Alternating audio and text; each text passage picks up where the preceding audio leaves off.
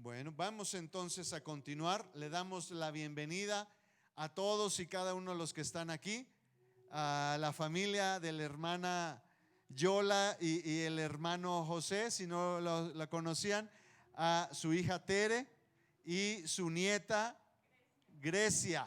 Bienvenidos, bienvenidos, siéntanse como en su casa, siéntanse mejor que en su casa. Amén.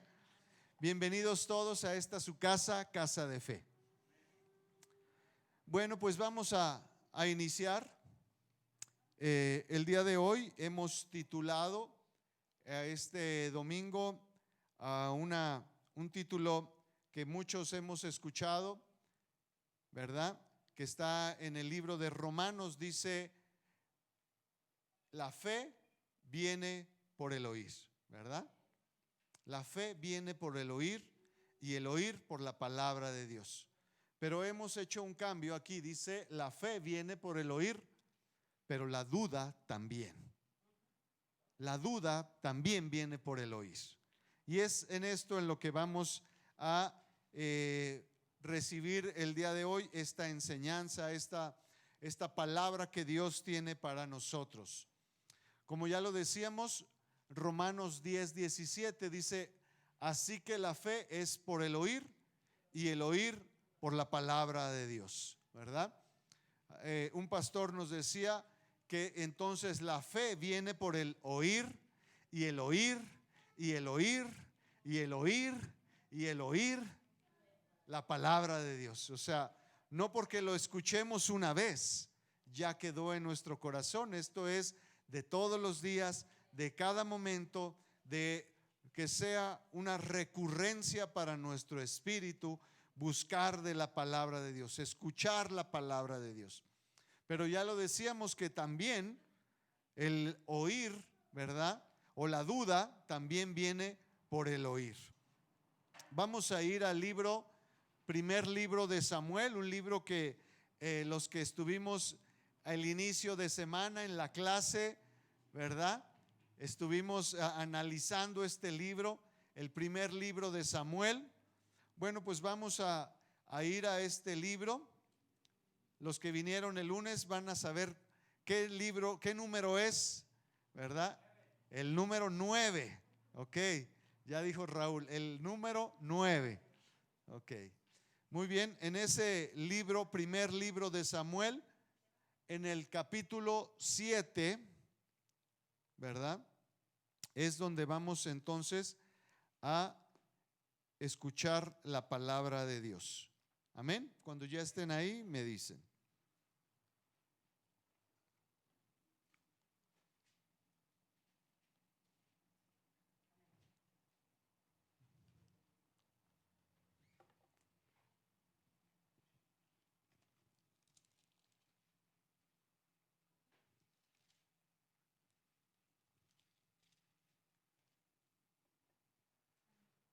Amén. Ok, entonces vamos a leer el versículo 3 y 4. Habló Samuel a toda la casa de Israel diciendo: si de todo vuestro corazón os volvéis a Jehová, quitad los dioses ajenos y Astarot de entre vosotros, y preparad vuestro corazón a Jehová, y solo a él servid, y os librará de la mano de los filisteos. Entonces los hijos de Israel quitaron a los Baales y Astarot y sirvieron solo a Jehová. Vemos entonces que el profeta Samuel, ¿verdad?, hace una indicación al pueblo. Les dice: si quitaran de entre ustedes a los dioses ajenos y a Astarot, pues entonces Dios, ¿verdad?, escuchará su clamor. Algo muy parecido al versículo que más de uno a lo mejor estamos referenciando en el libro de Crónicas, ¿verdad? Si mi pueblo se humillare, en el cual mi nombre es invocado, entonces yo, ¿verdad?, escucharé su voz y los levantaré. Bueno, más o menos algo parecido, ¿verdad? Le está diciendo: si quitan de entre ustedes a esos dioses ajenos y a Astarot, yo escucharé su clamor y sobre todo yo estaré con ustedes. ¿Y qué dice que hicieron los hijos de Israel? Quitaron a los Baales y quitaron también a la figura de Astarot. ¿Quiénes son estos Baales y quién es Astarot? Bueno, pues Astarot, la Biblia suministra detalles concretos de este culto. Dice, se veneraba a Astarot bajo la denominación de la reina de los cielos. Astarot es lo que se conocía como la reina de los cielos. También tiene otras variantes, ¿verdad? Aquí nos pone el nombre de Astarot, pero también lo vamos a leer en otros libros como Asera, ¿verdad? Es la misma diosa, ¿verdad? Y se le consideraba como la reina de los cielos. Y Baal es o era el dios de la lluvia, el trueno y la fertilidad, y se le conocía como amo o señor.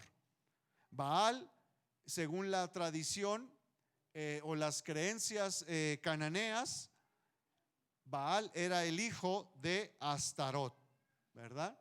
Era el hijo de Astarot, y entonces él era el señor y Astarot era la reina de los cielos. No sé si les suene algo parecido, ¿verdad? Bueno, pues estos cultos o estos servicios a estos dioses eran en el sentido, como ya estamos viendo, el ser humano por naturaleza busca tener esa protección, esa cobertura, esa respuesta que a veces tanto necesita y que implica, primero decimos, ¿por qué tenían ese culto a Baal? Bueno, pues porque era el dios de la lluvia, de la fertilidad.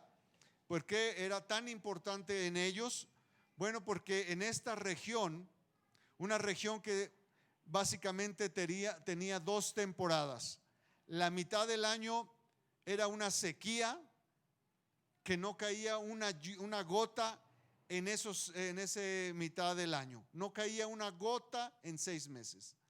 Pero 6 meses eran todos los días de lluvia. Entonces, era el tiempo de lluvia, era tanta lluvia que todo se podía cultivar, todo lo que de cierto momento terrenos que parecían áridos se volvían nuevamente cultivables. La tierra volvía a tener esos alimentos para el cultivo. La tierra tenía otra vez los fertilizantes y todo lo necesario para cultivar. Entonces era una oportunidad que tenían única al año para cultivar y hacerse de toda su cosecha, porque a la siguiente temporada no iba a haber nada, y literalmente no había nada. Se volvía la tierra árida, seca, todos los pastos o toda la hierba que había quedado se secaba, y entonces tenían que esperar hasta la siguiente temporada que viniera la lluvia. Entonces, obviamente, para ellos era muy importante que las lluvias pues siempre llegaran a tiempo y siempre fueran abundantes, ¿verdad? Porque de eso dependía la siguiente temporada, que no iba a haber alimento. En otras palabras, ellos siempre anhelaban que el tiempo de la cosecha, de la siembra, fuera abundante, porque la cosecha les iba a ayudar no solamente a pasar este tiempo, sino para llegar a la siguiente siembra, ¿verdad? O sea que cultivaban 6 meses, 6 meses no había nada que hacer, y hasta el siguiente ciclo volvían a trabajar. Entonces, para ellos era importante, dentro de sus creencias, pues que esto estuviera en ese ciclo, ¿verdad? Y qué mejor que la temporada de lluvias se alargara, ¿verdad? Que la temporada de lluvias fuera más larga de los tiempos, porque para ellos que la temporada de lluvias se acortara, pues imagínense, si de por sí había que esperar hasta la siguiente temporada, y si la cosecha era poca, pues eso en determinado momento les estaba augurando una muy mala temporada venidera, ¿verdad? Si solo se trabajaba poco tiempo, pues eso decía que no iba a haber suficiente alimento para cuando viniera la sequía. Entonces, por eso era para ellos esta veneración al dios Baal o a los Baales. Dice, continuando entonces el libro de Samuel 7, el capítulo que estábamos viendo, dice: entonces los hijos de Israel quitaron a los Baales y también a Astarot. Y dice, y sirvieron solo a Jehová. Recuerden que estamos hablando de un pueblo que ha venido experimentando el favor de Dios. No estábamos hablando de un pueblo que no conocía la mano de Dios, que no conocía el favor de Dios. Estamos hablando de un pueblo que ha estado de constante viendo en sus vidas el favor de Dios. Pero ellos a la larga empezaban, como ya lo hemos visto, empezaban a relacionarse con otras gentes, empezaban a relacionarse con otras personas y empezaban a escuchar lo que ellos decían, y tarde o temprano terminaban haciendo lo que estas otras personas también hacían, y posteriormente creyendo lo que las personas también creían. Pero vino el profeta Samuel y les dijo: oigan, pero que nosotros no dependemos de Dios, que no hemos visto en el mismo desierto donde no cae lluvia, alimento. No hemos visto en nosotros, nuestros antepasados nos han explicado todo lo que pasaron, todas las situaciones.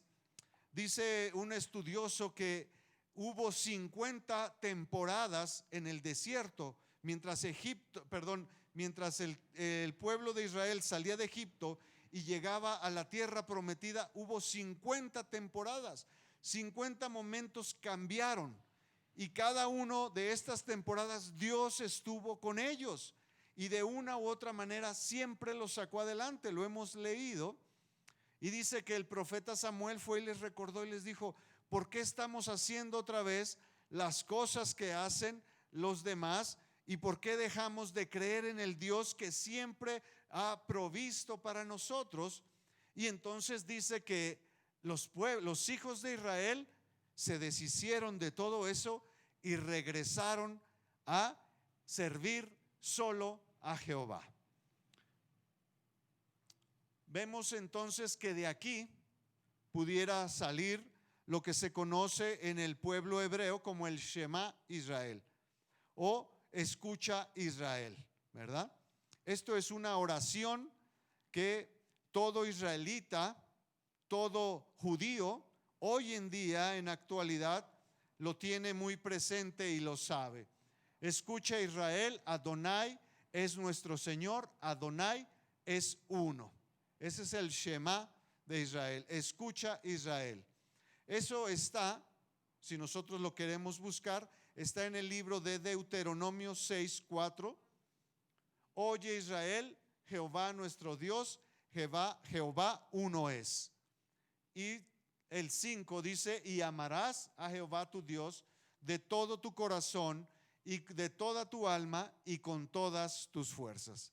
Estas implicaciones, ¿verdad?, no solamente van en el sentido de que escucha que nuestro Señor es uno, que nuestro Señor, ¿verdad?, es Adonai, o es el Señor, no es el Señor con S minúscula, no es el Dios con D minúscula, habla de el Señor, ¿verdad?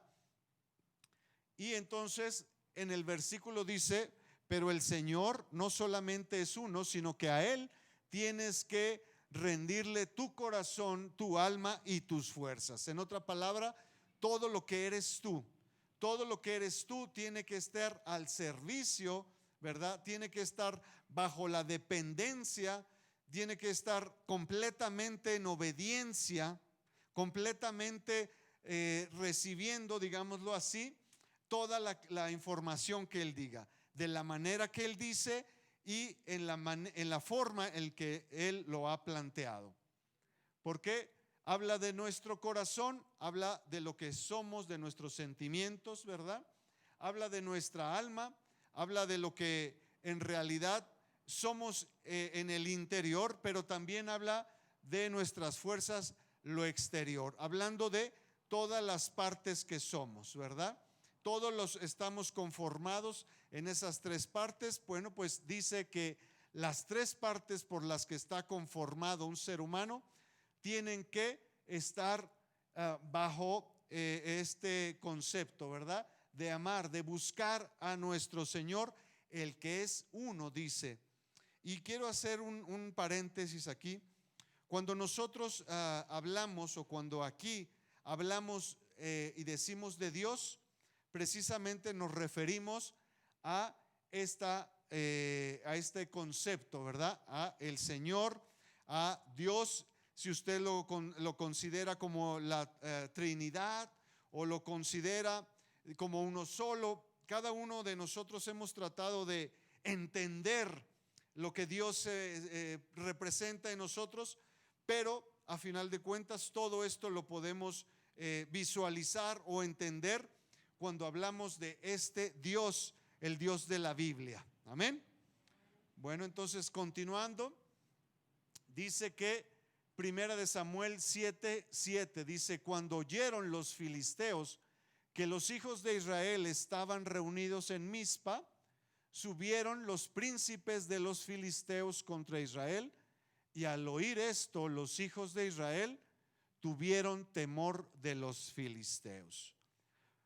¿Qué está pasando aquí? Ya lo escuchamos unos versículos atrás. Dice el profeta Samuel al pueblo, les dice: si cambiamos la manera de hacer, si nosotros dejamos de estar comportándonos como lo hacen los filisteos, Dios, nuestro Dios, es el que va a empezar a tener cuidado de nosotros. Dios, el Dios de Israel, es el que va a empezar a traer la provisión. No son los Baales, no, la fertilidad no viene de Acera, la fertilidad, la provisión y todo viene de nuestro Dios. Fue lo que Samuel le estuvo diciendo. El pueblo lo entendió, el pueblo reconoció esto, y dice que vino Samuel y entonces los reunió, ¿verdad? Los reunió ahí en Mizpa. Y dice que cuando los filisteos oyeron que otra vez Israel empezó a reunirse, que otra vez el concepto de un pueblo bajo el gobierno de la teocracia, del gobierno de un Dios, el pueblo que solo se somete a una autoridad divina. El pueblo filisteo sabía lo que representaba. Sabemos que los filisteos por siempre fueron los enemigos del pueblo de Israel y que siempre había conflictos. Pero cuando los filisteos empezaron a notar que el pueblo de Israel se empezaba a acomodar a las ideas nuevas, que el pueblo de Israel empezaba a ser igual que ellos, empezaba a tener ideas igual que ellos, empezaba a importar conceptos, pues los filisteos dijeron: esto ya está en paz. ¿Por qué? Porque mientras ellos no estén unidos, mientras ellos no estén bajo la guianza de Dios, mientras ellos estén tratando de hacer las cosas a su manera, pues su Dios no los va a estar respaldando. Y entonces ellos dijeron: estamos tranquilos, estemos en paz. Pero dice que viene este profeta Samuel,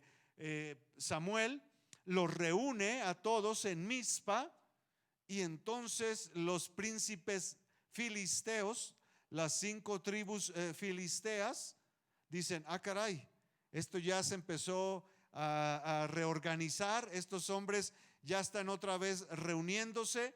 Estas no son buenas noticias. Si las 12 tribus se vuelven a reunir, si el pueblo de Israel se vuelve otra vez a estar bajo la autoridad, bajo el mandato, bajo la dirección de su Dios, pues ahora sí nosotros otra vez vamos a estar en problemas. Y entonces dice que los príncipes de los filisteos se levantaron contra Israel. Dijeron, ¿saben qué? Vamos a ir y los vamos a atacar antes de que se organicen, antes de que se pongan de acuerdo el pueblo de Israel y se venga y nos ataque otra vez. Si vemos unos capítulos atrás, el pueblo de Israel había estado en cierta paz porque ya estaba en muchos territorios ocupados. ¿Qué quiero decir? Cuando Josué entró con el pueblo de Israel, conquistaron estos terrenos que estaban o que le pertenecían a los filisteos, pero que Dios se los había entregado al pueblo de Israel. Y estamos ahora en un tiempo donde los filisteos habían recuperado ya otra vez territorios. ¿Qué quiero decir? Que estábamos en tiempos donde otra vez los filisteos habían echado fuera al pueblo de Israel y les habían sacado de un territorio que anteriormente habían ocupado. En otras palabras, los filisteos estaban otra vez tomando control del territorio en el que un tiempo Josué y el pueblo de Israel los habían sacado. Dicen entonces que los príncipes, dice, ya habíamos recuperado territorios. Si el pueblo de Israel se vuelve a organizar, nos van a volver a quitar los territorios que habíamos recuperado, nos van a empezar a, incluso en algunas áreas, nos van a quitar lo que ya habíamos cultivado, nos van a empezar a controlar los ríos. Recordemos que era muy importante el agua porque de ahí dependían los cultivos, los ganados. Entonces, dice los príncipes filisteos, vamos a ir a atacar a Israel antes de que se reúnan, antes de que se pongan de acuerdo, antes de que se vuelvan otra vez a ser ese pueblo, ese ejército que estaba al mando de su Dios.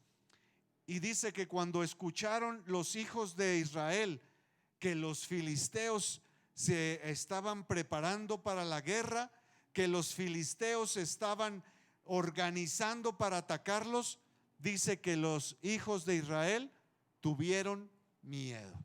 Y eso es precisamente de lo que estamos hablando.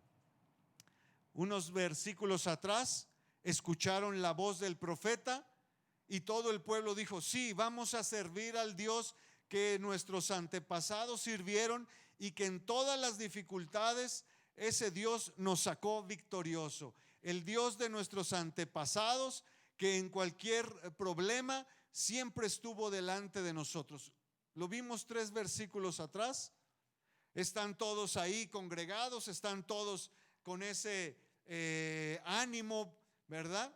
Y nomás escuchan que los filisteos están reuniendo para irlos a atacar, y ese ánimo, ese espíritu de valentía, pues es cambiado por el espíritu de temor, ¿verdad? Escucharon que los filisteos iban a ir a atacarlos, y entonces todo lo que habían oído del profeta Samuel se les olvidó otra vez, y ahora se volvieron nuevamente a atemorizar. Y entonces vemos que dice el texto, ¿verdad? Y al oír esto, los hijos de Israel tuvieron temor. Entonces, la fe viene por el oír, pero también la duda. Escucharon. Por un lado, el profeta Samuel había dado una palabra, se levantaron, se sintieron nuevamente con ese ímpetu de volver a servir a su Dios, dejaron todas esas conceptos, todos esos ideales, todas las maneras en que se estaban comportando. En otras palabras, dejaron a esos dioses ajenos y dijeron, vamos a servir al único Dios verdadero, estamos dispuestos a hacerlo nuevamente. Dejaron atrás todas sus ideas, pero cuando empezaron a escuchar otras cosas, dice que tuvieron miedo. ¿Por qué vemos estas situaciones? Algo que, si recuerdan, los que estuvimos viendo unos libros atrás, cuando hablábamos del libro de los jueces, El libro de los Jueces se caracteriza por un versículo al final de este libro que dice: y en el tiempo de los jueces cada quien hacía lo que mejor le parecía. En otras palabras, cada quien hacía lo que le daba su gana, ¿verdad? Cada quien iba y caminaba hacia donde quería, cada quien estaba tomando la dirección que quería, cada quien estaba viviendo como mejor le parecía. En otras palabras, en tiempo de los jueces no había autoridad, había anarquía, ¿verdad? Porque nadie respetaba a nadie. Estamos hablando que el profeta Samuel, aquí en el libro de Samuel, nos dice que él también fue un juez. Samuel también fungió como juez. Y entonces estamos hablando que si era en el tiempo de los jueces, pues el pueblo de Dios caminaba como para cada uno mejor le parecía, o se gobernaba como mejor le pareciera. Era un tiempo en donde un presidente municipal decía una cosa, pero el gobernador decía otra cosa. El gobernador decía una cosa, pero el presidente decía otra cosa. Digo, eran unos tiempos antes, no, eso no es ahora. Eso no sucede ahora. No. Esos tiempos eran antes, cuando el presidente municipal caminaba para un lado y el gobernador decía: no, vamos para acá. No, esos eran los tiempos de los jueces, ¿verdad? Cuando cada uno trataba de ganar adeptos, ¿verdad? Cuando cada uno decía: no, yo soy el mejor porque él está haciéndolo así. No, yo soy el mejor porque él se equivoca aquí. Eran otros tiempos. Bueno, pues estaba el pueblo de Dios. Primeramente estaba en esa situación, estaba en el tiempo de los jueces, no había ninguna autoridad. Recuerden que antes de los jueces existía la teocracia, el gobierno de Dios. Dios les decía al pueblo qué hacer a través de los profetas, y es en ese tiempo donde Dios era el gobierno, era la monarquía. Pero llegó un tiempo donde los jueces estaban tratando de guiar al pueblo, y vimos en el libro de Jueces que se volvió un ciclo, ¿verdad? De a través de, o no un ciclo, sino como un sube y baja, ¿verdad? Decíamos, el pueblo en un momento se acercaba a Dios y decía: necesitamos de Dios, vamos a obedecer a Dios, y Dios los llevaba de la mano y todo les iba bien, había paz, había tranquilidad. Pero cuando estaban en esa cúspide, cuando estaban en ese alto, pues empezaban a ponerse cómodos y empezaban a hacer las cosas ya a su manera, empezaban a desobedecer, empezaban a hacer las cosas como ya lo decíamos, como mejor les parecía, y terminaban metidos otra vez en problemas. Si lo pudiéramos ejemplificar, imaginen a un adolescente, a un muchacho ya que recién tiene 18 años y su papá le saca una tarjeta de crédito para que cubra sus necesidades. Y entonces al principio pues el hijo está muy contento porque tiene la tarjeta. Gracias, papá, porque ya confías en mí. Te voy a demostrar que soy una persona responsable. Tú vas a estar orgulloso de mí porque yo de esta tarjeta no voy a hacer mal uso, porque yo voy a usarla nada más exclusivamente para las cosas necesarias, ¿verdad? Mientras recibe la tarjeta, habla bonito. Pero ya después pasa el tiempo y la tarjeta empieza a llegar, primero sí, obviamente, a lo mejor cargos por los libros de la escuela, a lo mejor por la despensa, pero ya poco a poco empieza a ver que cargos del cine, que en el restaurante, que en el bar, que en esto, que aquello, que de vacaciones, ¿verdad? Y entonces termina otra vez el muchacho endeudado y el papá le dice, ¿por qué no pagas la tarjeta? Pues si tienes ahí para hacerlo, por eso te la di. No, papá, es que, mira, no supe, es que pensé que eran meses sin intereses y yo pensé que iba a salir sin problema. Y el papá le dice, ok, te la voy a volver a pagar, te voy a liquidar lo que debes, la vamos a poner otra vez en cero. Sí, papá, y te prometo que ahora sí voy a ser bien responsable, ya no voy a comprar nada en Electra, ya no voy a ir a fábricas, ya no voy a ir a Liverpool, ya no me voy a endeudar. Y el papá le liquida la tarjeta y a los 6 meses otra vez los acreedores, oiga, pues aquí tiene 3 meses que no paga, que no hace, y el papá vuelve a pagar y así estaba el pueblo. Dios los sacaba de sus problemas y el pueblo le decía, solo a ti te vamos a obedecer, solo tú eres nuestro Dios, solo ante ti nos inclinamos, solo a ti te seguimos. Pero se empezaban a confiar, empezaban a hacer las cosas a su manera, terminaban metidos en problemas y venían y recurrían a los jueces oraban, intercedían por el pueblo y Dios los volvía a rescatar del problema. Pues en ese tiempo estaban. Entonces ya dijimos, por un lado, había un problema de autoridad. Estamos hablando en un problema de autoridad. Samuel apenas está tratando de reunirlos, ¿verdad? De llamarlos, de convocarlos para organizarse, pero ya ellos apenas empiezan a escuchar voces y ya están asustados. ¿Por qué? Porque no tienen autoridad. No hay quien los represente, no hay quien tome decisiones, no hay quien se ponga delante de ellos.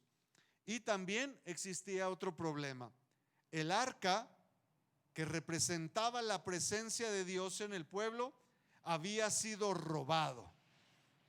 Entonces, en el ámbito terrenal no había gobierno, en el ámbito espiritual Dios no estaba con ellos. Imagínense qué situación para el pueblo de Dios. Por un lado, no tenían guianza, no había quien les dijera qué hicieran, no tenían quien estuviera dándoles la palabra de Dios, no tenían quien les hablara, ¿verdad? A lo mejor si lo trajéramos a este tiempo, por un lado no había trabajos, estaban cerrando los negocios, estaban cerrando empresas, estaban quitando puestos de trabajo, pero por otro lado también estaban cerrando iglesias, no estaban dejando que se congreguen, estaban viviendo una situación que nunca se había vivido, ¿verdad? No sé si alguien ha escuchado que de repente los negocios se están cerrando, que los trabajos se están acabando, que los pocos negocios son mal pagados y que están en riesgo, pero también los templos los están cerrando, no están permitiendo que se congreguen, no están permitiendo que la gente busque de Dios.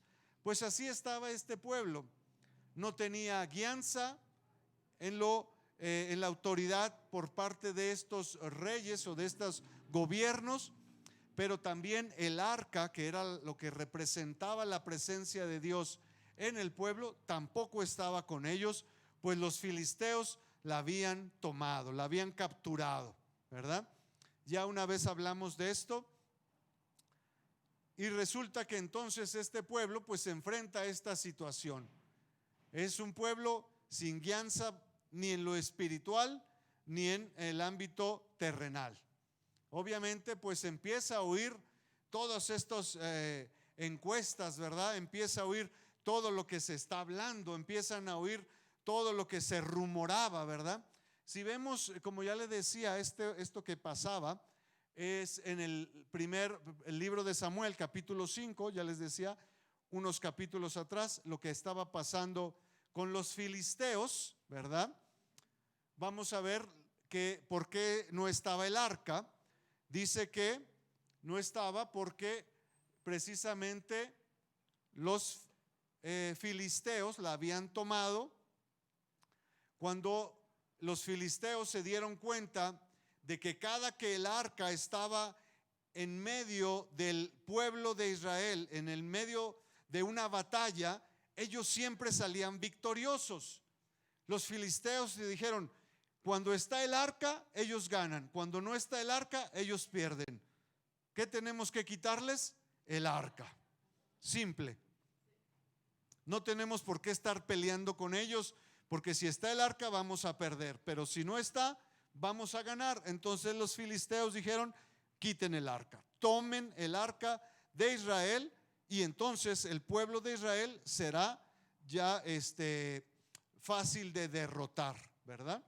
Y dice que cuando los filisteos capturaron el arca, pues lo llevaron a una ciudad que se llama Asdod, y ahí en esa ciudad Asdod, una de las 5 capitales filisteas, estaba el templo del dios Dagón.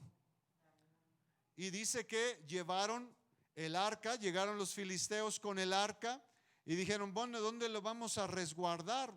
Y lo pusieron dentro del templo del dios Dagón. Y dice aquí en el capítulo que estamos leyendo que al día siguiente, que fueron los sacerdotes del dios Dagón a ofrecer los sacrificios, se dieron cuenta que la figura del dios Dagón estaba en el suelo frente al arca. Y ellos dijeron: ah, caray, ¿por qué se caería? ¿Quién le movió? ¿Verdad? ¿Por qué le andan quitando los palitos para que se detenga? ¿Verdad? ¿Quién fue el travieso que le cortó los mecates que la sostenía? Y entonces dice que lo volvieron a poner en su lugar, ¿verdad? Y que al segundo día que fueron los sacerdotes del dios Dagón al templo, ahora se encontraron que el dios Dagón, la figura del dios Dagón, estaba otra vez postrada, tirada delante del arca, pero ahora con la cabeza y las manos mutiladas. Y ellos dijeron: ah, caray, esto como que es una cosa medio rara, ¿no? Alguien nos anda haciendo travesuras. ¿Será que algo raro pasó aquí? Y obviamente dijeron: ¿sabes qué? Esto no es nada más aquí en el templo. Esto no es nada más algo que esté sucediendo aquí dentro del templo del dios Dagón. Dice que en el versículo 12: y los que no morían eran heridos de tumores, y el clamor de la ciudad subía hasta el cielo. Que no nada más el dios Dagón se cayó en su templo y se postró delante del arca de Dios, sino que toda la ciudad empezó a caer en enfermedad. Dice que tumores, y los que no eran heridos de estos tumores morían, ¿verdad? Y dice que estos tumores también empezaron a generar ratones, y toda la ciudad se empezó a llenar de esta plaga, y empezaron a ver todas estas situaciones. Y dice que fue tanta la desesperación que el pueblo de Asdod, este pueblo filisteo, les dijo, llamó otra vez, le dijeron: no queremos el arca aquí, llévensela, sáquenlo de aquí, ¿verdad? Porque solo nos ha traído problemas. Claro, los filisteos no conocían que el arca de Dios, claro, para los israelitas la presencia del arca de Dios era bendición, era misericordia para ellos. Pero el arca de Dios en un lugar donde no era, donde no debería de estar, pues traía juicio, ¿verdad? La presencia de Dios para nosotros, cuando hemos recibido a Dios, buscar de la presencia de Dios es buscar esa misericordia de Dios. Pero la misma presencia de Dios para una persona que no conoce, que no reconoce, que no acepta a Dios, pues lo que va a traer para esa persona es juicio, ¿verdad? Si lo ponemos en un ejemplo a lo mejor muy simple, dice la palabra que Dios siempre es luz, ¿verdad? Imaginemos que Dios representa o es representado por la luz. Cuando nosotros estamos en una situación, imagínese que está usted en un lugar donde necesita buscar algo que se le perdió, pues necesita esa luz, traer esa luz a ese lugar, a ese espacio, para poder alumbrar todo el cuarto y poder buscar lo que se le perdió, ¿verdad? Y no estar como el que perdió las llaves, ¿verdad? En la noche, ese que llegó en la noche ya de la fiesta y que no encontraba las llaves, y lo ve el vecino y le dice: ¿qué pasó, vecino? ¿Qué anda haciendo? Es que perdí las llaves de la casa. Y le dice: a ver, dígame, ¿dónde se le cayeron? No, pues allá junto a mi casa. Y le dice: ¿qué los anda buscando aquí en el farol? Dice: pues es que allá no hay luz. ¿Cómo las voy a buscar allá? Pues ando buscando aquí donde está la luz. Entonces, cuando nosotros, en este ejemplo, cuando nosotros estamos buscando algo, necesitamos de esa luz para que pueda salir, ¿verdad? Esa claridad y podamos ver claramente. Se despejen todas estas cosas que nos nublan la visión. Pero esa misma luz que para nosotros era necesaria en esa oscuridad, porque no veíamos bien y andábamos buscando algo, esa misma luz va a delatar al que no quiere que lo vean, como por ejemplo un ladrón. Lo que menos quiere es que haya una luz ahí, ¿verdad? El ladrón quiere estar siempre bajo oscuridad, quiere pasar desapercibido. Entonces, la presencia de Dios, vamos a verlo como esa luz. Para algunos es benéfica, ¿verdad? Para el que necesita la luz, que aparezca esa luz, es benéfico. Pero para el que quiere estar oculto, para el que quiere estar haciendo las cosas en lo oscurito, pues la luz lo va a exhibir y lo va a poner en evidencia, y es lo que menos quiere. Entonces, ¿qué pasó con el pueblo filisteo? El arca, que traía bendición al pueblo de Israel, pues trajo juicio al pueblo de los filisteos. Y entonces dijeron los filisteos: ah, caray, yo pensé que el arca donde llegara solo iba a traer bendición. Yo pensé que cada que llegara el arca iba a ser bendecido todo el área que estaba, pero resulta que no. Entonces todos los ciudadanos de Asdod le dijeron: no queremos el arca aquí. Y dice la palabra que fue llevado a otra ciudad, a Gat, ¿verdad? Esta ciudad es de donde era oriundo Goliat. Goliat dice que él era de aquí, de Gat.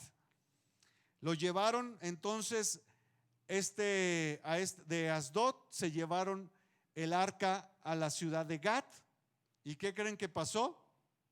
Lo mismo. La gente empezó a enfermarse, la gente empezó a morir, la gente empezó a tener problemas, la gente empezó a estar en la misma situación que en la ciudad de Asdod. Y entonces, después que vieron que estaba también esta ciudad en problemas, dijeron: hey, no queremos el arca aquí, por favor llévensela. Y fueron a otra ciudad que se llama Ecrón, y les dijeron a los de Ecrón: oigan, les tenemos un regalito, les tenemos un obsequio, les tenemos un presente. Les vamos a mandar un arca forrada de oro, toda es llena de los tesoros de los israelitas, y se los vamos a regalar a ustedes para que ustedes los tengan. Pero dijeron los de Ecrón: no, nosotros ya oímos las noticias, nosotros sí estamos atentos, checando el periódico todos los días, y ya sabemos lo que pasó con ustedes. Aquí ni me vengan a traer sus regalitos, ¿verdad? Entonces dice que los reyes, los príncipes filisteos se reunieron y hablaron con los sacerdotes, con estos magos, ¿verdad? Filisteos, y les dijeron: ¿qué podemos hacer entonces? Si cada que el arca llega a una de nuestras ciudades, esa ciudad se ve envuelta en maldición, ¿qué es lo que debemos de hacer? Y entonces los sacerdotes, los magos les dijeron: pues regrésenla a su lugar. Pues ¿qué están haciendo con ella? Regrésensela a los israelitas, y que sean ellos el que resuelvan este problema. Dice la palabra que así lo hicieron, Pero le dijeron los sacerdotes, pero no la manden así nada más. Hay que hacer un sacrificio, hay que poner ¿cómo podemos decir? Como un holocausto, como un pago, ¿verdad? Por lo que pasó aquí, para que el Dios de los israelitas nos perdone, ¿verdad? Algo como ellos estaban acostumbrados. Ellos decían, si el Dios Dagón se enoja con nosotros, pues nos va a maldecir. Entonces tenemos que darle un sacrificio para que el Dios Dagón se tranquilice, ¿verdad? El Dios Moloch, que es el Dios que se le sacrificaba a los niños, pues dice que cuando el Dios Moloch estaba molesto y maldecía al pueblo, pues el pueblo ofrecía a niños para que el Dios Moloch se tranquilizara. Entonces dijeron ellos, hay que hacer un sacrificio para que el Dios de Israel se tranquilice con nosotros. Y le mandaron ofrendas de oro, hicieron piezas de oro para mandarlas como esa ofrenda al Dios de Israel. Pero dice que hicieron esas figuras. Imagínense qué listos fueron. Dijeron, vamos a regresarla, pero vamos a recordarle por qué queremos o de qué queremos que nos perdone. Así como nosotros el Dios Moloch pedía niños, teníamos que ofrecer niños. Pues si aquí el Dios de los de israelitas trajo tumores, trajo ratones, pues hicieron figuras de tumores, hicieron figuras de ratones de oro y las mandaron con el arca. Claro, lo pusieron en una cajita aparte, ¿verdad? Dice que entonces pusieron una carreta y mandaron de regreso a las tribus de Israel el arca. Le dijeron, ya no queremos que el arca esté en nuestros territorios. Y mandaron el arca. Obviamente ellos pusieron todas las condiciones para saber si era el arca el que estaba trayendo la maldición o era meramente mala suerte, ¿verdad? Pero a final de cuentas dice que Dios sobrepasó todas las pruebas que los filisteos le pusieron y llegó el arca hasta una ciudad llamada Bet-Semes, que ya pertenecía al pueblo de Israel. Dice que en este lugar, cuando llegó el arca, el pueblo vio que a un lado del arca venían todas estas figuras de oro, estos regalos, ¿verdad? Y entonces dijeron, no, pues tomémoslo. Se quedaron con las figuras de oro, pero cometieron una equivocación. Pensaron que también dentro del arca venían más regalos y abrieron el arca. Claro, para los filisteos Dios no trajo ningún juicio. ¿Por qué? Porque ellos no sabían que el arca tenía o representaba la presencia de Dios. Ellos no sabían y por eso lo trataron el arca como un objeto, pero para los filisteos no aplicó. Para los israelitas, que sí sabían que era el arca, que sí sabían que había que reverenciar el arca, dice que cuando el arca se trasladaba, los levitas cubrían el arca para que el pueblo no lo viera. El arca tenía que estar cubierta con esas cortinas, porque nadie podía ver el arca, solo el sumo sacerdote una vez al año. Los filisteos no lo sabían, ellos lo tomaron y lo trataron como un objeto y Dios no trajo juicio sobre eso.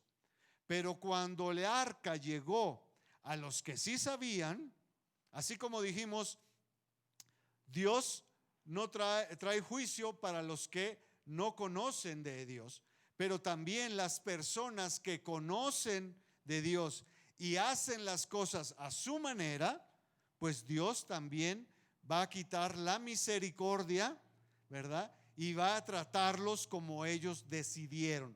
No que Dios sea un Dios malo, simplemente Él dice, yo soy justo. Si tú decides que sean las cosas así, así lo hacemos. Si es tu voluntad que yo deje de ser misericordioso y que aplique la ley, lo hacemos, ¿verdad? Entonces esta gente de Bet-Semes no simplemente deshonraron, ¿verdad?, el arca, porque yo me imagino que la intención era de que en cuanto el pueblo se diera cuenta que el arca había regresado, más de uno debió de haber corrido a algún levita, cubrir el arca para que pudiera regresar. Pero no lo hicieron, lo vieron como una manera de ganar ¿cómo se dice? Como un premio, un beneficio. Y esto me recuerda cuando en un momento que leímos en Génesis, Noé baja del arca, ya cuando que se acabó todas las lluvias y que empieza a cultivar, y dice que en una ocasión Noé tomó tanto vino que se quedó borracho, ¿verdad? Y dice que uno de sus hijos lo vio, ¿verdad? Y se burló de él porque lo vio desnudo. Y dice que fue y le habló a sus hermanos para burlarse, y sus hermanos sabían y entendían que era su papá y la condición que estaba, y dice que caminaron de espaldas y lo cubrieron. Eso era entonces actuar con honorabilidad, honrar, ¿verdad? Respeto, cosa que no hicieron las personas de Bet-Semes. Llegó el arca descubierta, llegó el arca hasta el territorio israelita, pero llegó desnuda, y ellos se burlaron. ¿Y qué pasó por haberse burlado? Dice que murieron 5,070 hombres en ese instante. 5,000 hombres en un instante, 50,000, perdón, 50,070. Imagínate 50,000 personas en una población de ese tiempo, pues yo creo que era el 90% de la población, o el 100%, no sé, ¿verdad? Y no sé por qué pone 5,070, es un número medio extraño. No sé si hicieron el censo, pero bueno, ahí está. Pues vemos que esto fue lo que pasó, y obviamente toda la casa de Israel lamentaba en pos de Jehová.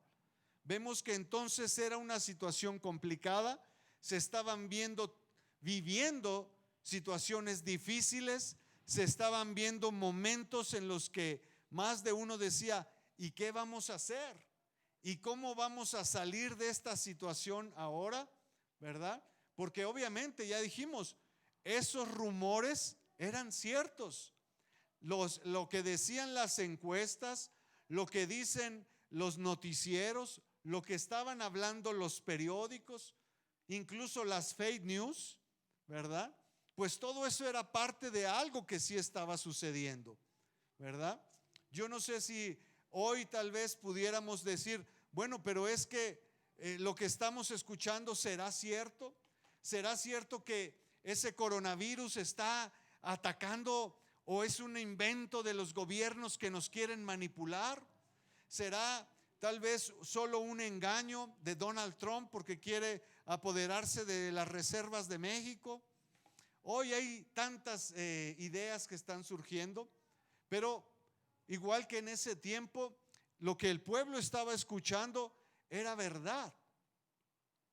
Así como ahí en el espacio donde yo estoy trabajando, que se está haciendo lo de las pruebas del COVID, pasó una señora y me dijo: estás estafando a la gente, estás robando a la gente porque el COVID no existe, es una mentira.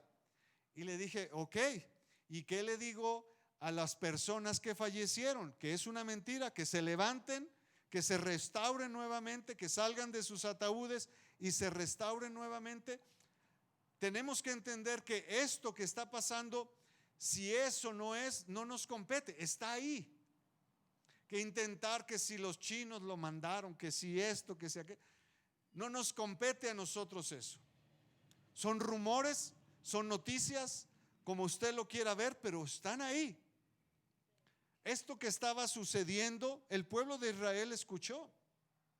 Ya se murieron allá, ya se murieron otros acá, ya los que abrieron el arca también se murieron, los que no respetaron a Dios también se murieron. Estaban escuchando esas noticias, pero decía que este pueblo era un pueblo que había ¿qué?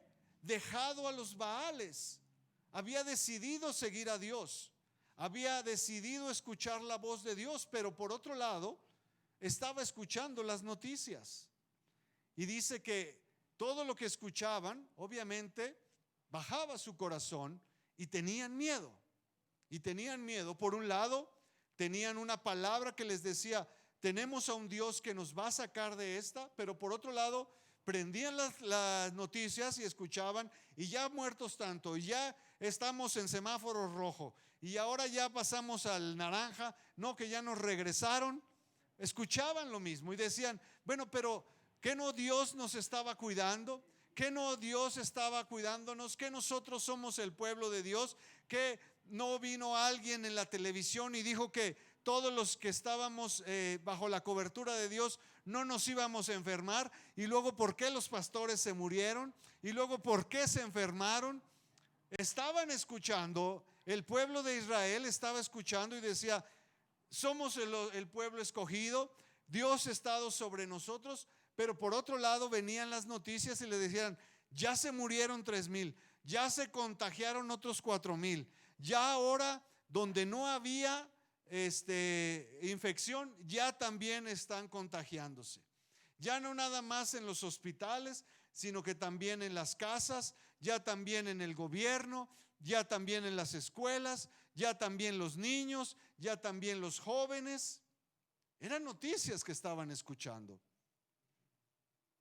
Dice que, pero también había alguien que escuchaba diferente, ¿verdad? Había otros que escuchaban diferente. Dice el primer libro de Samuel 7, versículo 12: tomó luego Samuel una piedra y la puso entre Mizpa y Sen, y le puso por nombre Eben-Ezer, diciendo: hasta aquí nos ayudó Jehová. Y vamos a ver que dice que tomó luego Samuel una piedra y la puso entre Mizpa y Sen. Lo primero que vamos a ver es qué significa Samuel. Más de uno, yo creo que ya hemos escuchado el significado, y es literalmente el que escucha a Dios.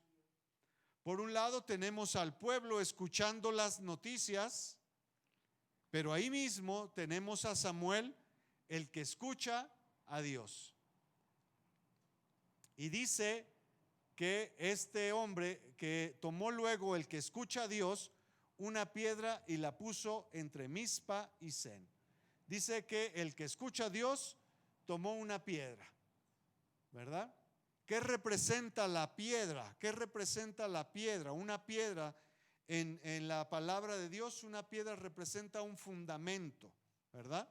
Ya lo leímos en el Evangelio de San Mateo 16, 18, un versículo que ha servido incluso para crear toda una institución en este versículo, para crear todo un concepto a través de este versículo.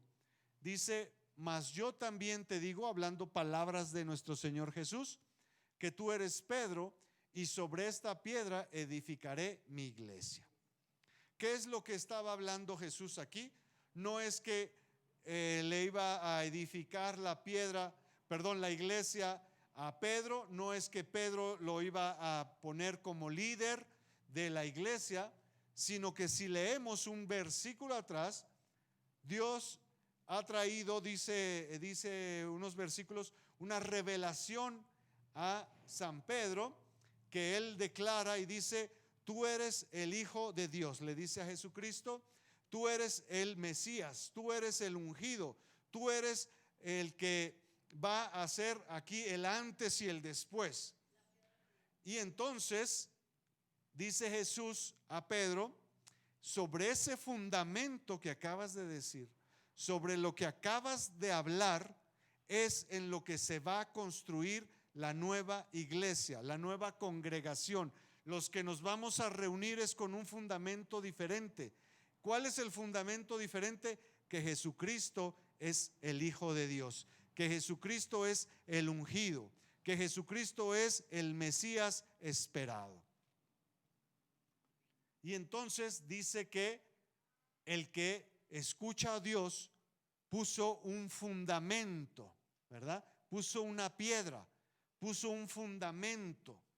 Así como leemos en primero libro de Samuel 17, cuando David se enfrenta a Goliat, dice que tomó 5 piedras, 5 declaraciones, 5 palabras que podemos representar aquí.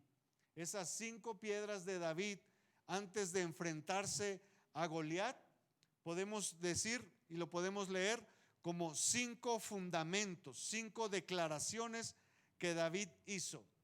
La primera es: Jehová te entregará hoy en mi mano. Lo primero que declara David a Goliat es una declaración que corresponde a Dios. Jehová te ha entregado en mis manos.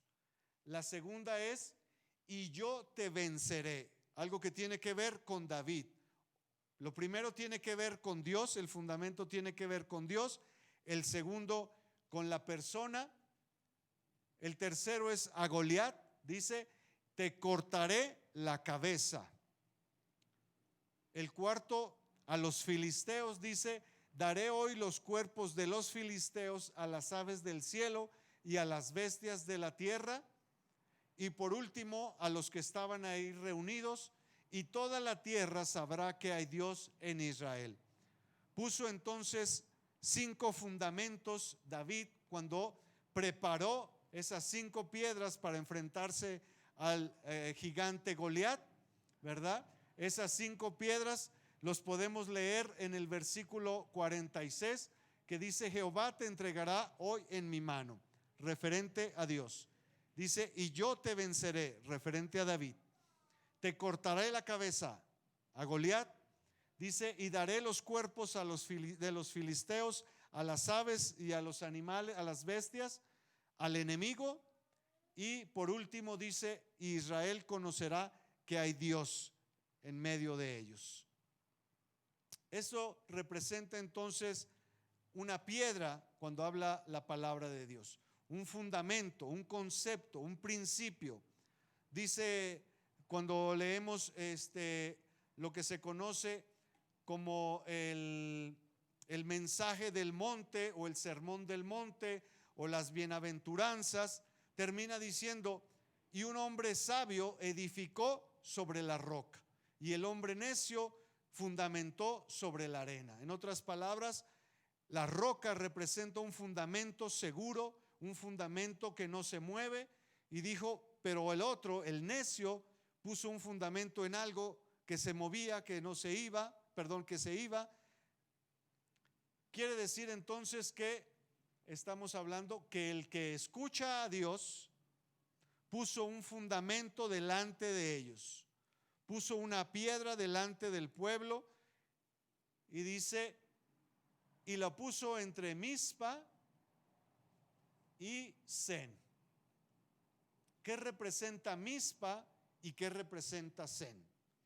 Mizpa significa atalaya y tiene que ver con la visión, tiene que ver con el que está de vigía, ¿verdad? Una atalaya, si recordamos, es ese que estaba en las fortificaciones, las torres altas, que estaban cuidando, que estaban tomando nota de lo que pasaba alrededor de la ciudad, para dar aviso si venía el enemigo, para dar aviso de lo que se aproximaba a la ciudad. Entonces, Mizpa representa o significa atalaya, tiene que ver con visión.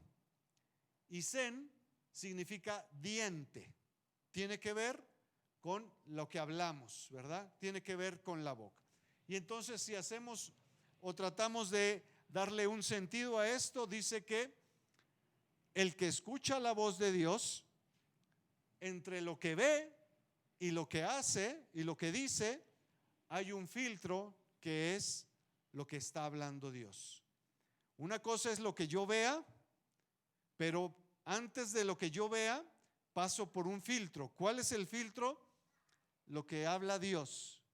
Samuel significa el que escucha a Dios, el que está viendo lo que está sucediendo, sí, está viendo lo que está pasando, ¿Está viendo las noticias? ¿Está viendo la situación? Sí lo está viendo, pero lo pasa por un filtro que es lo que Dios está hablando. Y es a través de ese filtro que entonces va a hablar.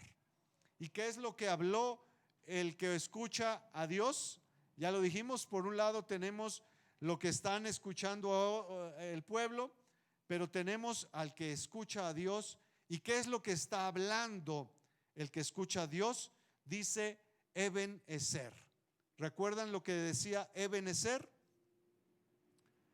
Y le puso por nombre Eben Ezer, diciendo: hasta aquí nos ayudó Dios. Y ese hasta aquí no significa hasta aquí dio y no más. Hasta aquí llegamos y se nos acabó. Hasta aquí nos alcanzó. Hasta aquí nos dio el presupuesto. Hasta aquí nos pudimos salir. Es un hasta aquí dinámico. Dice, si hemos llegado es porque Dios nos ha sustentado. Si estamos ahorita en este lugar es porque Dios nos está sustentando. Si estamos el día de ayer, estábamos un paso atrás, es porque Dios nos sustentaba. Si estamos un paso adelante es porque Dios nos sigue sustentando. Si en el futuro avanzamos es porque Dios nos sigue sustentando. Eben Ezer es un hasta aquí dinámico que se va moviendo en cada instante. Podemos decir, hoy Dios nos ha sustentado.